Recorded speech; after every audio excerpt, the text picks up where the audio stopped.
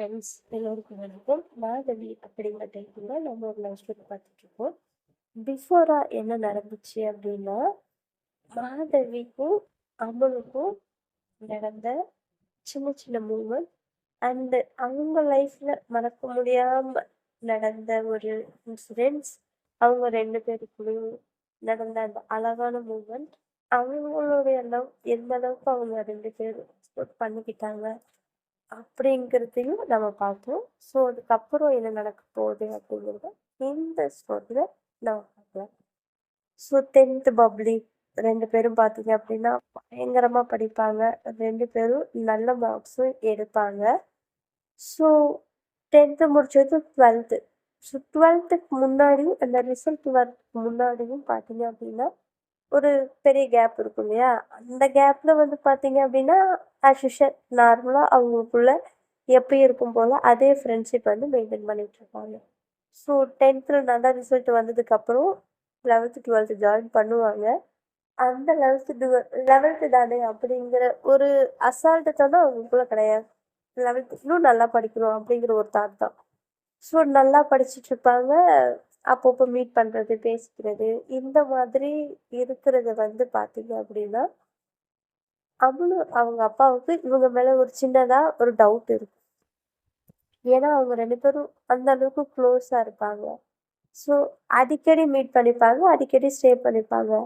அதில் அவங்க அப்பாவுக்கு டவுட் வந்ததுனால அவங்க அப்பா அம் அமுலுக்கிட்ட பேசுவார், என்ன நடக்குது உங்கள் ரெண்டு பேருக்குள்ள அப்படின்ட்டு.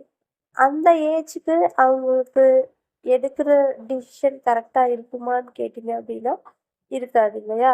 ஸோ அவங்க அப்பா இவங்க நிறைய பிரைன் வாஷ் பண்ணுவாங்க. கேட்க மாட்டாங்க. பயங்கரமாக அழுவாங்க அவளும். இல்லை, எனக்கு மகேஸ்வரி வேணும், எனக்கு அவளை ரொம்ப பிடிக்கும், அவள் எல்லாமே என்னால் இருக்க முடியாதுன்னு ரொம்ப அந்த அளவுக்கு அவங்க என்ன முடிவு எடுக்கணும்னு நினைக்கிறாங்களோ, அவங்க என்ன நினைக்கிறாங்களோ அதை வந்து அவங்களுக்கு தெளிவாக சொல்லுவாங்க.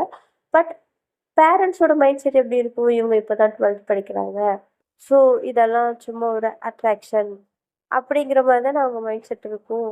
ஸோ அதே மைண்ட் செட்டில் தான் அவங்களும் வந்து பேசிட்டு இருப்பாங்க. இல்லை, இது எப்படி இருக்கக்கூடாது, இது ரொம்ப தப்பு, 4 பேருக்கு தெரிஞ்சா என்ன பேசுவாங்க, ஏது பேசுவாங்க, நம்ம குடும்பமான மரியாதை எல்லாமே போயிடும், நம்ம சொந்தக்காரங்க கூட நம்மளை மதிக்க மாட்டாங்க அப்படிங்கிற மாதிரி அவங்களுக்கு பயங்கரம் திட்டு, அடி எல்லாமே விழும். இந்த விஷயம் தெரிஞ்சதுக்கப்புறம் மகேஸ்வரி அவங்க வீட்டுக்கு வந்தாங்க அப்படின்னா, மகேஸ்வரி ஒரு மாதிரி கேவலமாக அவங்கள ட்ரீட் பண்ணி, கேவலமாக பேசி அவங்கள அமுச்சு விட்ருவாங்க. 11th 12th இந்த விஷயம் அவங்க அப்பாவுக்கு தெரிஞ்ச உடனே அமுலுவை அந்த ஸ்கூல்லேருந்து ட்ராப் அவுட் பண்ணி வேறு ஸ்கூலுக்கு ஜாயின் பண்ணிடுவாங்க. கொஞ்ச நாளைக்கு அப்புறம் பார்த்தீங்க அப்படின்னா அவங்க ஃபேமிலியை டோட்டலாக அந்த வீடையும் விற்றுட்டு ஸோ வேறு இடத்துக்கு டோட்டலாக ஷிஃப்ட் ஆகிடுவாங்க. இதுக்கப்புறம் மகேஸ்வரியால் அமுலுவை பார்க்குற ஒரு சுச்சுவேஷனே கிடைக்காது. எந்த ஒரு காண்டாக்ட் எதுவுமே கிடைக்காது. டோட்டலி எல்லாமே பிளாக் பண்ணிடுவாங்க. அமுலு எங்கே இருக்காங்க, என்ன பண்ணிட்டு இருக்காங்கங்கிற எந்த ஒரு விஷயமுமே அவங்களுக்கு தெரியாது. இந்த விஷயம் மகேஸ்வரி ஃபேமிலிக்கு தெரிஞ்சு அங்கே ஒரு பெரிய ப்ராப்ளம் வந்து நடந்து அவங்க அப்பா என்ன டிசைட் பண்ணியிருப்பாங்க அப்படின்னா, இது ரொம்ப அசிங்கம், இது ரொம்ப தப்பு, எப்படி நீ என் பொண்ணா இருந்துட்டு இவ்வளோ கேவலமான வேலையெல்லாம் பண்ணிட்டு இருக்க, இல்லை உனக்கு நான் உடனே கல்யாணம் பண்ணியாகணும் அப்படின்னு முடிவு பண்ணுவாங்க. அவங்க ரொம்ப கெஞ்சுவாங்க, அட்லீஸ்ட் எனக்கு 1 இயர் டைம் கொடுங்கப்பா, 12வது நான் முடிச்சிடுறேன் அப்படின்னு சொல்லுவாங்க. அப்போது அவங்க பேரண்ட்ஸ் வந்து அவங்க கிட்ட ப்ராமிஸ் கேட்பாங்க, நீ அந்த பொண்ணை இனிமேல் மீட் பண்ண மாட்டேன், பேச மாட்டேன் அப்படின்னு எனக்கு சத்தியம் பண்ணி கொடு, அப்போ தான் நான் உன்னை 12வது வரையும் படிக்க விடுவேன், இல்லைன்னா படிக்க விட மாட்டேன் அப்படின்னு சொல்லுவாங்க. மகேஸ்வரிக்கு அவங்களோட படிப்பு ரொம்ப ரொம்ப இம்பார்ட்டன்ட். ஆல்ரெடி பார்த்தீங்க அப்படின்னா இவ்வளோ பிரச்சனையில் அவங்க வந்து அந்த இடத்த விட்டே போயிட்டாங்க. இந்த வீடையும் வெக்கேட் பண்ணிட்டாங்க, வீடையும் விற்றுட்டாங்க. இப்போ அவங்க எங்கே இருக்காங்க, ஏது பண்ணுறாங்கன்னு எதுவும் தெரியாது. அவங்களுக்கு இப்போ இருக்கிற ஒரே ஆறுதல் ஸ்கூல் மட்டும்தான். அட்லீஸ்ட் அங்கே போனாவது கொஞ்சம் ரிலீஃபாக இருக்கலாம் அப்படிங்கிறது அவங்களோட தாட். ஸோ அதனால் அவங்க என்ன பண்ணுவாங்க அப்படின்னா, அவங்க அப்பா கிட்ட ப்ராமிஸ் பண்ணுவாங்க. பட் ஸ்கூல் முடிகிற வரைக்கும் 12th முடிக்கிற வரைக்கும் நம்ம எதையும் யோசிக்கக்கூடாது, நம்ம படிக்கலாம், அவளுக்கு நம்ம எப்படியாவது தேடி கண்டுபிடிக்கணும், அவங்க கூட நம்ம சேர்ந்து வாழணும் அப்படிங்கிற ஒரு தாட் அவங்களுக்குள்ள இருந்துக்கிட்டே இருக்கும்.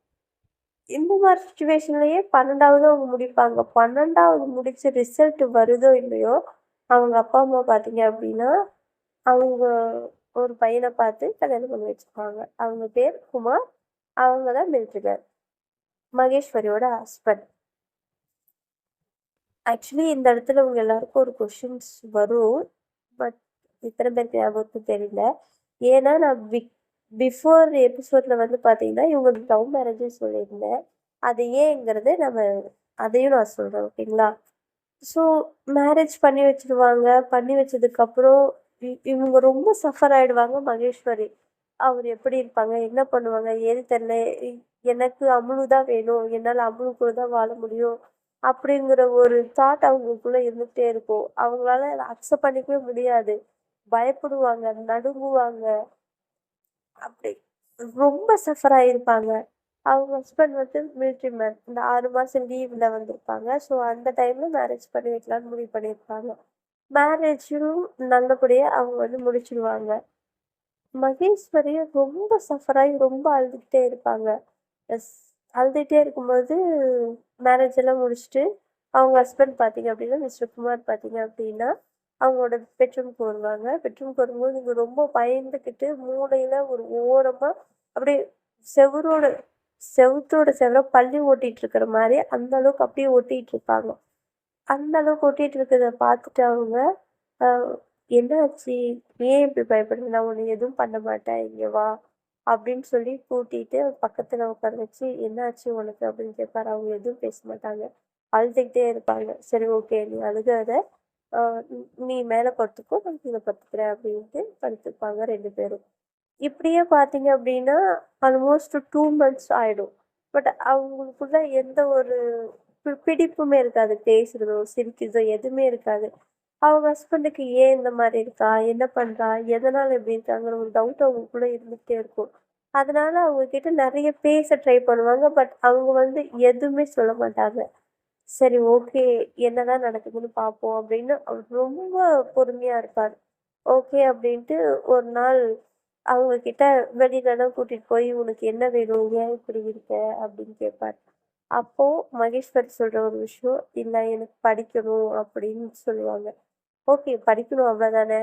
நானுமே மிலிட்ரிக்கு இன்னும் ஒரு 4 மாசத்துல போயிடுவேன். அதுக்கப்புறம் நீ சும்மா தான் இருக்கணும். ஏன் சும்மா இருக்கிற? படி" அப்படின்னு சொல்லுவாங்க. அவங்களுடைய ஒவ்வொரு ஆசையுமே ஸ்ரீகுமார் பார்த்தீங்க அப்படின்னா, அவ்வளோ பெர்ஃபெக்ட்டா அவங்க பண்ணி குடுப்பாங்க. அவ்ளோ பெர்ஃபெக்ட்டா பண்ணி குடுப்பாங்க. அவங்களுக்கு என்ன தேவை? என்ன தேவையில்ல? அவங்க என்ன அவங்க ஆசைப்படுற எல்லாமே அவங்களுக்கு வந்து செஞ்சு குடுப்பாங்க. ஸோ, ஒரு ஸ்டேஜ்க்கு அப்புறம் பார்த்தீங்க அப்படின்னா, லைட்டா மகேஸ்வரிய அவங்க கிட்ட பேசுவாங்க. ஏன்னா, அவரோட அன்பு அந்த அளவுக்கு பியூரா இருக்கும். அவங்க நல்லா பேசுறது, நல்லா பார்த்துக்கிறது, அவங்க கவலையில இருக்கும்போது தட்டி குடுக்குறது, அவங்கள படிக்க வைக்கிறது, இப்படி படி, அப்படி படி, இந்த மாரி இதுன்னு நெறைய சொல்லிக் குடுப்பாரு அவரு. இப்படியே 6 மாசம் முடிஞ்சு போச்சு. 6 மாசம் முடிஞ்சதுக்கப்புறம் அவர் வந்து மிலிட்டரிக்கு கிளம்புற ஒரு சிச்சுவேஷன் வந்துரும். அப்போ அவர் வந்து இவங்க கிட்ட சொல்லிட்டு தான் போவாங்க. "எத பத்தியும் எத நினைச்சும் நீ கவலைப்படாத. படிக்கிறத மட்டும் பாரு. அதுக்கப்புறம் என்ன பண்ணணுங்கிறது உனக்கு என்ன பண்ணணும்னு தோணுதோ, அத சொல்லு. அதையும் செய்றேன். நான் கண்டிப்பா உனக்கு எப்பவுமே சப்போர்ட்டிவா இருப்பேன்." அப்படின்னு ஒரு ஹோப் குடுப்பாரு.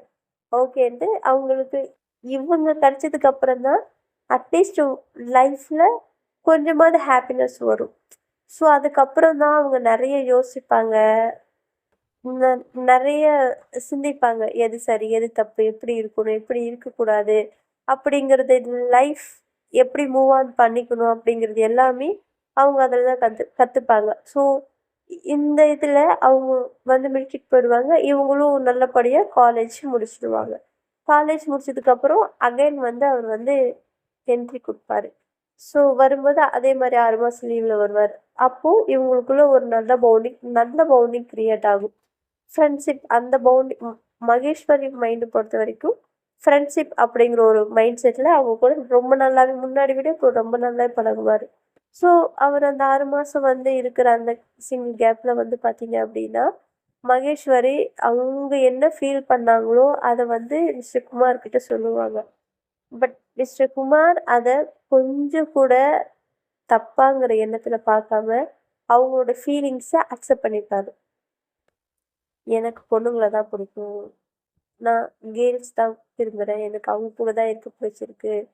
நான் இந்த மாரி ஸ்கூல் படிக்கும்போது அமுலுன்னு ஒரு பொண்ணு கூட இருந்தேன். பட் என்னால இப்ப அவள கான்டாக்ட் பண்ண முடியல. அவள எனக்கு ரொம்ப பிடிக்கும். இப்படி எல்லாமே ஏ டூ இசட் அவங்க கிட்ட சொல்லிடுவாங்க. குமார் கொஞ்சம் கூட ஃபீல் பண்ணாம அக்செப்ட் பண்ணிப்பாங்க. மேபி அவரு மிலிட்டரில இருக்கிறதுனால, அங்க ஏதாவது பார்த்துருப்பாரோ என்னவோ! அதெல்லாம் எனக்கு தெரியாது. பட் அவங்க மகேஸ்வரியோட ஃபீலிங்ஸுக்கு ரெஸ்பெக்ட் குடுப்பாரு. அத அக்செப்ட் பண்ணிப்பாரு. சரி ஓகே. ஒண்ணும் பிரச்சனை இல்ல. உனக்கு அந்த மாரி லைஃப் தான் வேணும்னா, யூ மூவ் ஆன். நீ உனக்கான பார்ட்னர சூஸ் பண்ணு.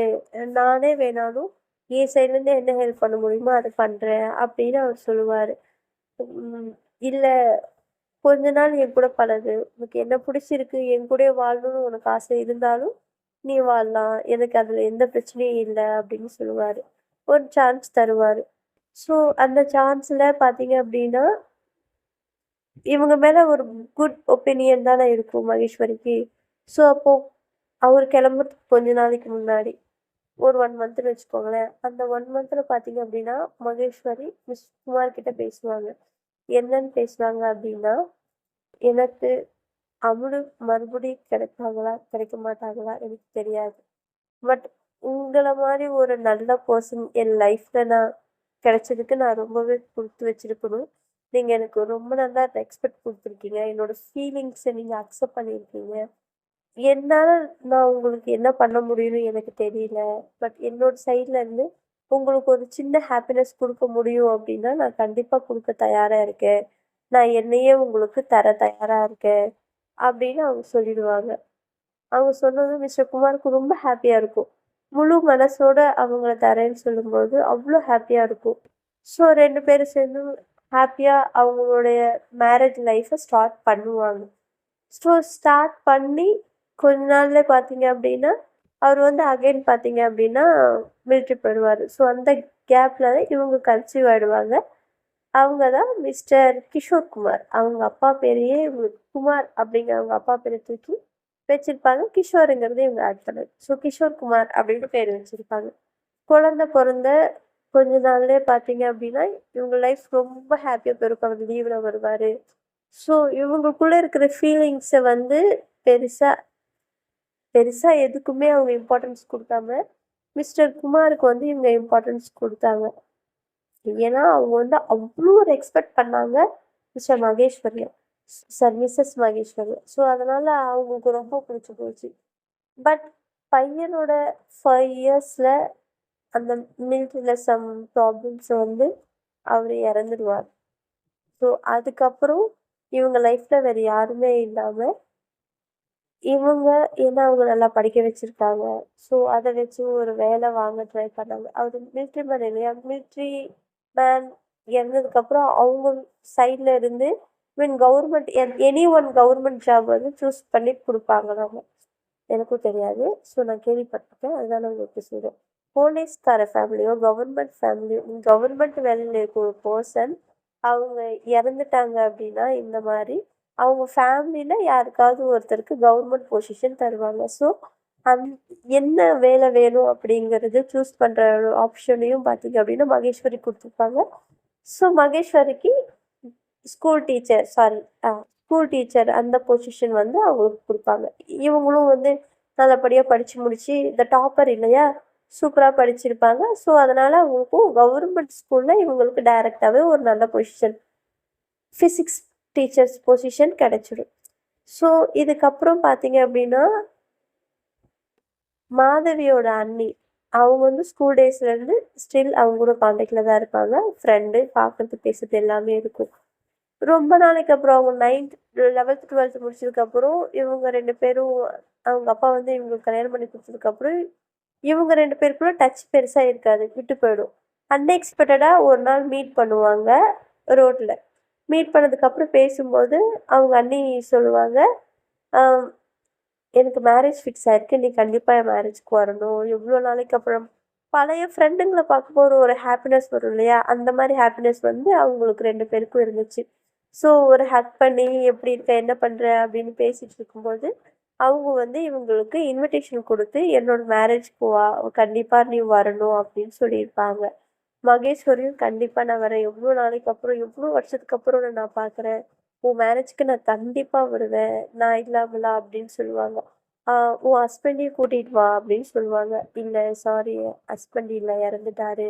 நானும் பையன் மட்டும்தான். அவரு மிலிட்டரியில சம் ஆக்சிடென்ட்ல இறந்துட்டாரு அப்படின்னு சொல்லுவாங்க. ஐம் வெரி சாரி அப்படிம்பாங்க. இட்ஸ் ஓகே பட் நான் மேரேஜ்க்கு கண்டிப்பா வருவேன் அப்படின்னு சொல்லியிருக்காங்க. சரின்ட்டு அவங்க மேரேஜ்க்குமே போவாங்க. மேரேஜ் செம்மையா நடக்கும். அவங்களும் நல்லா என்ஜாய் பண்ணுவாங்க. ஸோ மேரேஜ் எல்லாம் முடிச்சுட்டு போயிடுவாங்க. போனாலுமே இவங்க வந்து ஸ்கூல் ஃப்ரெண்டுங்கிறதுனால இப்போதைக்கு மகேஸ்வரிக்குன்னு இருக்கிற ஒரே ஒரு ஃப்ரெண்டு மாதவியோட அண்ணி. சின்ன அண்ணி மட்டும்தான். அவங்களுக்குன்னு இருக்கிற ஃப்ரெண்ட். வேற யாருமே கிடையாது. ஸோ அவங்க கூட கொஞ்சம் கான்டாக்ட்ல இருப்பாங்க. பக்கத்து ஊரு தான். ஸோ பக்கத்து ஊரு அப்படின்னா மினிமம் ஒரு 1 1/2 ஹவர்ஸ் ட்ராவல்ன்னு வச்சுக்கோங்க. 1 1/2 ஹவர்ஸ் ட்ராவல்ல வந்து மீட் பண்ற மாரி இருக்கும். ஸோ அப்பப்போ இவங்க வந்து ஷாப்பிங் போகும்போதோ, இல்ல வெளியில எங்கேயும் போகும்போதோ, அவங்க சின்னண்ணி அவங்கள மீட் பண்றது, இந்த மாரி வரும். அவங்களுக்குள்ள ஒரு ஃப்ரெண்ட்ஷிப் பவுண்டிங் நல்லாவே தெரியும். கல்யாணத்துக்கு அப்புறம் பார்த்தீங்க அப்படின்னா, அவங்க வந்து அடிக்கடி அப்பப்போ மீட் பண்ணிட்டு இருப்பாங்க இல்லையா? அப்போ அவங்க அண்ணிகிட்ட மகேஸ்வரி கேட்பாங்க. ம் "உன்னுடைய மேரேஜ் அப்போ ஒரு பொண்ணு துரு துருன்னு ஓடிட்டு இருந்தாங்களே, அவங்க யாரு?" அப்படின்னு கேட்பாங்க. அவங்களா? அவங்க பேர் தான் மாதவி. என் ஹஸ்பண்டோட தங்கச்சி அப்படிம்பாங்க. ஓ! அப்படியா? சரி ஓகே அப்படின்ட்டு ஸோ நார்மலா போயிடுவாங்க. அதுக்கப்புறம் ஃப்ளாஷ்பேக்லேருந்து வந்து மாதவி அண்டு அவங்க அண்ணி அவங்களுடைய கான்வர்சேஷன்.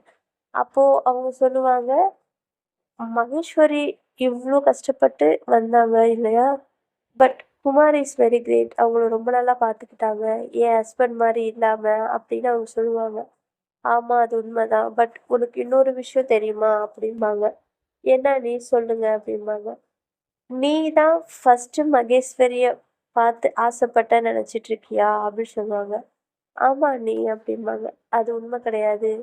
என் மேரேஜ் அப்போ உன்னை பார்த்ததுமே அவளுக்கு உன்னை ரொம்ப பிடிச்சி போச்சு. அப்பவே உன்னை அவ லைக் பண்ண ஆரம்பிச்சிட்டா, விரும்ப ஆரம்பிச்சிட்டா. ஸோ உன்கிட்ட அதை எப்படி சொல்றதுன்னு தெரியல. என்கிட்ட அவ அதுவும் கொஞ்ச நாளைக்கு அப்புறம் தான் என்கிட்ட அத சொன்னா. உன்னை பார்க்கும்போது அவளுக்கு ரொம்ப பிடிச்சிருக்குன்னு சொன்னா.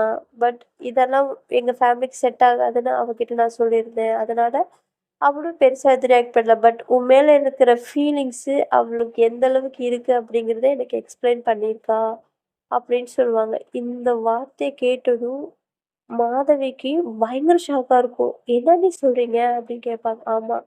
அவளுக்கு நீனா உயிரு. ரொம்ப பிடிக்கும். எந்த அளவுக்கு உயிரு அப்படின்னா, உன் மேரேஜ் அப்படின்னு அவகிட்ட சொன்னதுமே, அவ எப்படி அழுதா, துடிச்சான்னு எனக்கு மட்டும் தான் தெரியும். உன்னை பார்த்ததுமே அவளுக்கு ரொம்ப பிடிச்சு போச்சு. உன்னுடைய மேரேஜ அக்செப்ட் பண்ண முடியாம அவ ரொம்ப, ரொம்ப சஃபர் ஆனா. இருந்தாலுமே அட்லீஸ்ட் உன்னை பார்க்குற சான்ஸ் அதுதான் கடைசி அப்படிங்கும்போது, இதுக்கப்புறம் நான் அவள பார்க்க முடியாது அப்படிங்கிறது தெரிஞ்ச ஒரே ரீசனுக்காக மட்டுமே உன்னோட மேரேஜ்க்கு அவ வந்தா. உன் மேரேஜ்ல ஏ டூ இசட் அவ கூடயே இருந்து உன்னோட ஒவ்வொரு ஹாப்பினஸ் மூமெண்ட்டையும் அவளோட ஹாப்பினஸ்ஸா அவ ஃபீல் பண்ணா. ஆஃப்டர் மேரேஜ்க்கு அப்புறம் இங்க உன்னை பத்தி நடந்தது எல்லாமே நான் அவகிட்ட சொல்லியிருக்கேன்னா. அப்போ அவ எனக்கு ஒரு என்கிட்ட ஒண்ணு சொன்னா. "அவள முடிஞ்ச அளவுக்கு ஹாப்பியா பார்த்துக்கோங்க" அப்படின்னு சொன்னா. ஆனா எங்களுக்கு அது எப்படின்னு தெரியல அப்படின்னு சொல்லுவாங்க. என்னன்னு சொல்றீங்க?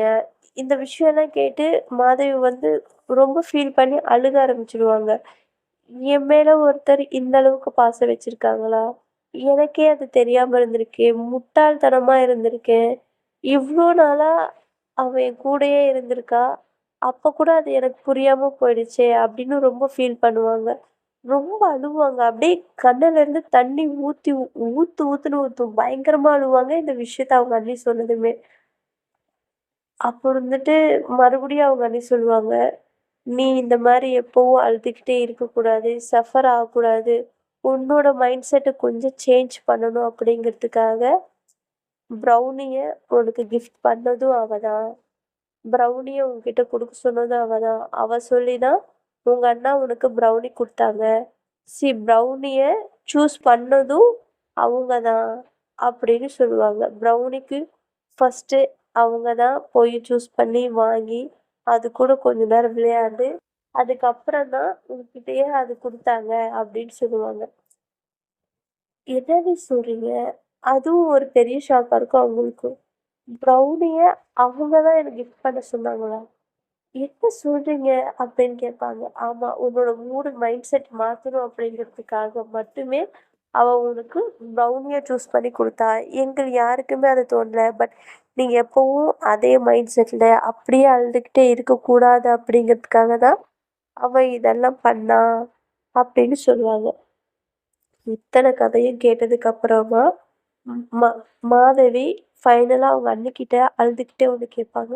இந்த அளவுக்கு என்ன நேசிச்சிருக்கா. நான் சஃபர் ஆகக்கூடாதுன்னு நெனச்சிருக்கா. ஆனா ஏன் நான் என் மனசுல இருக்குன்னு சொன்னம்போது, அவங்க எந்த ரியாக்ட்டுமே ஆகல அப்படின்னு கேட்பாங்க. அப்ப அவங்க அண்ணி சொல்லுவாங்க, "அவ ஆகலன்னு உனக்கு தெரியாதா? அவ ரொம்ப ஹாப்பியானா. அந்த சந்தோஷத்த அவளுக்கு எப்படி காட்டுறதுன்னு தெரியல. பட் அவளுக்குள்ள ஒரு பயம். அவளுக்கு கிடைக்கிற எந்த ஒரு ஹாப்பினஸுமே அவ கூட நிலைச்சிருக்க மாட்டேங்குது. சீக்கிரமா அவள விட்டுட்டு போயிடுதுன்னு அவளாவே நினைச்சிட்டு இருக்கா. அவ்வளோ விஷயத்துலயும் அப்படிதான். மிஸ்டர் குமார் விஷயத்துலயும் அப்படிதான். எங்க உன் விஷயத்துலயும் அவ ரொம்ப ஹாப்பியாகி, எங்க நீயும் அவள விட்டுட்டு போயிடுவியோ அப்படிங்கிற ஒரு பயத்துல தான் உன்கிட்ட அவ எதையுமே சொல்லிக்கவே இல்ல. பட் நீ அந்த விஷயத்த சொல்லும்போது அவளுக்கு அவ்வளோ ஹாப்பியா இருந்துச்சு. ஸ்டில் அவ உன்கிட்ட இருந்து இந்த காதல் வேணும்னு அவ எதிர்பார்க்கல. உன்ன அவ பார்க்கணும், உன் கூட இருக்கணும், பக்கத்திலேயே இருக்கணும் அப்படின்னுங்கிறது தான் அவளோட ஆசை. அந்த ஆசைய அவ எங்ககிட்ட சொன்னதுனால தான், நாங்க தான் அவள இந்த ஊருக்கு ஸ்கூலுக்கு ஷிஃப்ட் பண்ணதும் நாங்க தான். அது மட்டும் இல்லாம ஸ்கூல் ஹெச்எம் கிட்ட பேசி அவள உன் வீட்டுல தங்க வச்சதும் நாங்க தான். அப்படிங்கிறத சொல்லுவாங்க. அது மட்டும் இல்லாம, இப்போ அவங்க எங்க போயிருக்காங்க அப்படின்னா, அவங்க ஹஸ்பண்டுக்கு ஒரு ப்ராமிஸ் பண்ணி குடுத்துருப்பாங்க. என்னன்னா, மிலிட்ரில அவங்க இருக்கும்போது, அவங்களோட ஆசை அங்க அங்க அங்க இருக்கிற சில கிராம சைடுல ஐ மீன் இந்தியா பார்டர் கிட்ட, ஸோ நெறைய குழந்தைங்க வந்து சாப்பாடுக்காக ரொம்ப தவிப்பாங்க. ஸோ அவங்களுக்குன்னு ஒரு அ ஆசிரமம் ரெடி பண்ணி குடுக்கணும் அப்படிங்கிறது ஒரு ட்ரீம். அந்த ட்ரீம சக்சஸ் பண்றதுக்காக தான் அவ இவ்ளோ நாள் ஓடிக்கிட்டே இருந்தா. அதுக்கான நாள் அவளுக்கு கூடிய வந்துருச்சு.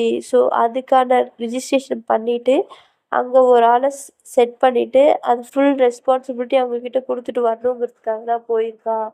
அது மட்டும் இல்லாம, அங்க உன்னையும் கூட்டிட்டு போலாம் அப்படிதான் இருந்தா. பட் அதுக்குள்ள நீ ஏதேதோ கற்பனை பண்ணி இந்த மாரியெல்லாம் பண்ணிட்ட. அதனால தான் இப்போ அவங்க ஹஸ்பண்டுக்கு பண்ணி குடுத்த ப்ராமிஸ் எந்த விதத்துலயும் ட்ராப் அவுட் ஆகக்கூடாது அப்படின்ட்டு தான் அவங்க போயிருக்காங்க. அப்படிங்கிறது எல்லாத்தையுமே அவங்க சொல்லுவாங்க. சொன்னதுக்கப்புறம் மாதவி பயங்கரமா அழுதுகிட்டு, "ஐயோ! நான் தப்பு பண்ணிட்டேனே! கையில இருந்த ஒரு வைரத்த அதோட மதிப்பு தெரியாம விளையாண்டுட்டேனே!" அப்படின்னு சொல்லிட்டு ரொம்ப ஃபீல் பண்ணி அழுவாங்க. அழுதுட்டா, "நீ எனக்கு உடனே அவங்கள பார்க்கணும் ப்ளீஸ். எனக்கு அட்ரஸ் இருந்தா சொல்லுங்க" அப்படின்னு சொல்லுவாங்க. "இல்ல மாதவி, எனக்கும் அட்ரஸ் தெரியாது. பட் அவங்க வர்றதுக்கு கொஞ்சம் நாள் ஆகும்னு மட்டும் சொல்லியிருந்தாங்க. அந்த நாள் வரைக்கும் அங்க உங்க கூட ஹாப்பியா இருக்கணும்" அப்படின்னு சொல்லிட்டு இருந்தா. எனக்கு தெரிஞ்சு அவ காஷ்மீர் சைடு தான் போயிருக்கிறதா சொன்னாங்க. பட் எக்ஸாக்ட்டா எனக்கு தெரியாது மாதவி. அவங்க வர்றதுக்கு எவ்வளோ நாளு, எவ்வளோ லீவ் கேட்டிருக்காங்கன்னு நீ தான் ஸ்கூல்ல போய் கேட்டு தெரிஞ்சுக்கோ. எக்ஸாக்ட்டா எனக்கு தெரியாது அப்படின்னு அவங்க அண்ணி சொல்லுவாங்க. அவங்க அண்ணி சொன்னது எல்லாத்தையும் கேட்டுட்டு அங்கேயே பயங்கரமா அழுவாங்க. தேம்பி தேம்பி அழுவாங்க. ஐயோ! நான் தப்பு பண்ணிட்டேனே! என்னோட மகேஷ நான் மிஸ் பண்ணிட்டேனே! என்னோட மகேஷ நான் இப்படி பேசிட்டேனே! என் மகேஷ பத்தி நான் எப்படி அப்படி நினைக்கலாம்? ஏன் என் மைண்ட் அந்த மாரி போச்சு? இப்படி எல்லாமே அவங்க நினைச்சு ரொம்ப ஃபீல் பண்ணி அழுதுகிட்டே இருப்பாங்க. திரும்பி அழுதுகிட்டே இருப்பாங்க. அதுக்கப்புறம் அவங்க அண்ணி சொல்லுவாங்க, "நீ அழுகாத. சீக்கிரமாவே மகேஸ்வரி இங்க வந்துருவா. அவகிட்ட பேசு. உன்னோட தப்ப அவகிட்ட சொல்லி சாரி கேளு. கண்டிப்பா அவ உன்னை மன்னிச்சு விட்டுருவா. ஏன்னா, நீ எந்த அளவுக்கு விரும்புறியோ, அதை விட பல மடங்கு உன்னை விரும்புறா. நீனா அவளுக்கு அவ்வளோ பிடிக்கும். உனக்காக அவ என்ன வேணாலும் செய்வா. உனக்காக தான் எல்லாத்தையும் விட்டுட்டு இங்க வந்து உன்னை அவ்வளோ பிடிச்சியும் ஒரு தேர்ட் பர்சன் மாதிரி உன்னை தூரத்துல இருந்து அவ ரசிச்சுக்கிட்டு இருக்கா. ஸோ நீ பண்ண மிஸ்டேக்கையும் அவள் மன்னிக்கிறதுக்கு நிறையவே சான்சஸ் இருக்குது. ஸோ வந்ததும் அவகிட்ட சாரி கேளு அப்படின்னு சொல்லுவாங்க அவங்க அண்ணி. உடனே மாதவி வந்துட்டு, இல்லை அண்ணி, என்னால் அவ்வளோ நாள் கூட இருக்க முடியாது. நான் உடனே மகேஷை பார்க்கணும். அவங்க எங்கே இருக்காங்க சொல்லுங்கள், நான் போகிறேன்னு அழுவாங்க. இல்லை மாதவி, எனக்கும் தெரியாது, நீ வெயிட் பண்ணி தான் ஆகணும். அவங்க வர்ற வரைக்கும் வெயிட் பண்ணு. வந்ததுக்கப்புறம் என்ன பேசணுமோ அதை பேசு அப்படின்னு சொல்லுவாங்க அவங்க அண்ணி. ஓகே அண்ணி, நான் வெயிட் பண்ணுறேன். பட் அகைன் நான் இந்த மாதிரி மிஸ்டேக் எப்பவும் பண்ண மாட்டேன் அண்ணி அப்படின்னு சொல்லுவாங்க. அது நீ எனக்கு ப்ரூவ் பண்ண தேவையில்லை, உன்னுடைய மகேஷ்க்கு நீ ப்ரூவ் பண்ண போதும் அப்படின்னு சொல்லுவாங்க. கண்டிப்பாக அண்ணி அப்படின்னு சொல்லிட்டு அவங்க அண்ணியை ஹக் பண்ணி, ரொம்ப தேங்க்ஸ் அண்ணி எனக்கு புரிய வச்சதுக்கு அப்படின்னு சொல்லுவாங்க. அதுக்கப்புறம் என்ன நடந்துச்சு அப்படிங்கிறது எல்லாமே நான் நெக்ஸ்ட் எபிசோடில் டீட்டெயிலாக உங்களுக்கு எக்ஸ்பிளைன் பண்ணுறேன். அண்ட் எல்லாருமே ஸ்டோரிக்கு ரொம்ப நல்லா சப்போர்ட் பண்ணுறீங்க, எனக்கும் ரொம்ப நல்லா சப்போர்ட் பண்ணுறீங்க. அண்ட் என்னோடய ஹெல்த்தை பற்றியும் எல்லாருமே ரொம்ப கன்சர்னாக, ரொம்ப அன்போட அக்கறையோடு கேட்டிருந்தீங்க. ரொம்ப தேங்க்ஸ். அண்டு நீங்கள் நினைக்கிற மாதிரி ரொம்ப பயப்படாதீங்க, எனக்கு எதுவும் இல்லை. ஜஸ்ட் கோல்டு ஹெவியானதுனால என்னால் கண்டினியூஸாக பேச முடியல. ஸோ அதனால தான் அதை என்ன சொல்லி இந்த மூக்கில் பேசுகிறேன் சொல்லுவாங்க இல்லையா, அந்த மாதிரி ரொம்ப கோல்டு ஹெவியானதுனால என்னால் பேச முடியல. கொஞ்சம் மூச்சு திணறல் மாதிரி இருக்கிறதுனால ஸோ அதனால் அட்ஜஸ்ட் பண்ணிக்கோங்கன்னு சொல்லியிருந்தேன். பட் இப்போது ஓகே, பிகாஸ் உங்களோட அன்பு ஆதரவு இதெல்லாம் எனக்கு கிடைச்சதுனால என்னோடய ஹெல்த் பர்ஃபெக்டாக ஆகிடுச்சு. So no problem. And story பிடிச்சிருந்துச்சு அப்படின்னா ப்ளீஸ் லைக் பண்ணுங்கள், ஷேர் பண்ணுங்கள், கமெண்ட் பண்ணுங்கள், மறக்காமல்